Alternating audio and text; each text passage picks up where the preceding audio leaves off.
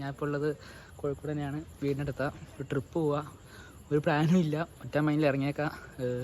ഗോകർണ, ഉടുപ്പി അങ്ങനെ അവിടെ എവിടെയും പോകണമെന്നാണ് പ്ലാൻ.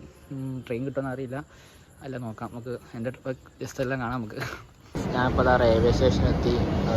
ഒരു വന്ദേ ഭാരത് ട്രെയിൻ വന്ന് തിരുവനന്തപുരത്ത് നിന്ന് മംഗളൂരു പോകുന്ന ട്രെയിനാണത്. ഞാനിപ്പോൾ ഗോകർണയിലേക്ക് പോകാനാണ് വെയിറ്റ് ചെയ്യുന്നത്. 12:10 ബസ് വരുന്നത്, അല്ല ബസ്സിലെ ട്രെയിൻ വരുന്നത്.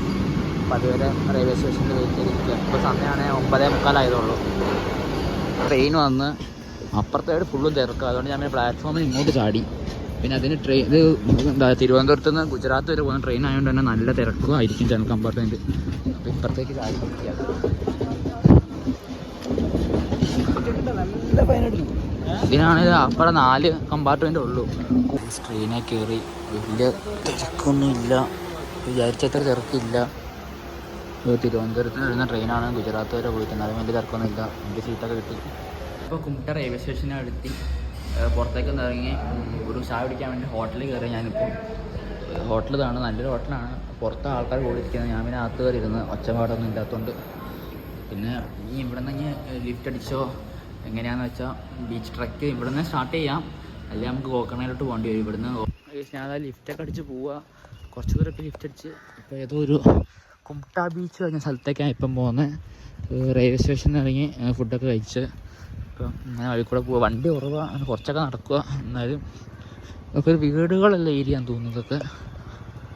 സ്കൂൾ പിള്ളേരൊക്കെ സ്കൂളിൽ പോകാൻ നിൽക്കുക. അത് സ്കൂൾ ബസ്സാണ് തോന്നുന്നു വരുന്നത്.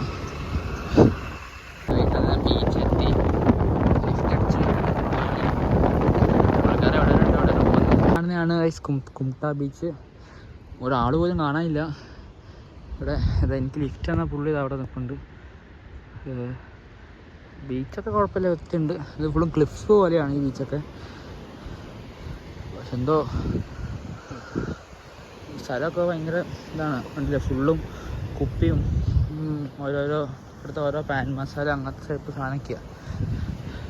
എനിക്ക് തോന്നുന്നില്ല അത്ര സേഫാണെന്നൊക്കെ ഇവിടെ. പിന്നെ ആളും ബഹളമൊന്നും ഇല്ല. ഈ ഭാഗത്തൊക്കെ ആണെങ്കിൽ വിചിത്രമായിട്ട സ്ഥലമാണ്, വണ്ടിയൊന്നും പോകാത്തതുകൊണ്ടൊക്കെ. കുമട്ട ബീച്ച്. അങ്ങനെ നമ്മൾ കുമട്ട ബീച്ചിൽ നിന്ന് നടന്ന് വാണല്ലി ബീച്ച് കഴിഞ്ഞൊരു ബീച്ചിലെത്തി. ഈ കാണുന്നതാണ് വാണല്ലി ബീച്ച്. എനിക്ക് തോന്നുന്നു ഈ ഒരു ക്ലിഫും ഈ ഒരു ക്ലിഫ് മുതൽ ഈ ഒരു ക്ലിഫ് വരെ ആയിരിക്കും ചിലപ്പോൾ. ചെറിയൊരു ക്ലിഫാണ്, അങ്ങോട്ട് കാണാൻ നമുക്ക് നടന്നൊക്കെ പോവാം. എന്തായാലും നടക്കാൻ മടിയായിട്ട് പോകുന്നില്ല, നേരെ പോകാമെന്ന് വിചാരിച്ച്. ഗോകർണയാണ് എൻ്റെ എന്താ പറയുക ലാസ്റ്റ് പോയിൻ്റ്. അവിടെ വരെ ട്രക്ക് ചെയ്യണമെന്നാണ്, ബീച്ച് ട്രക്ക് കുമട്ട ബീച്ച്.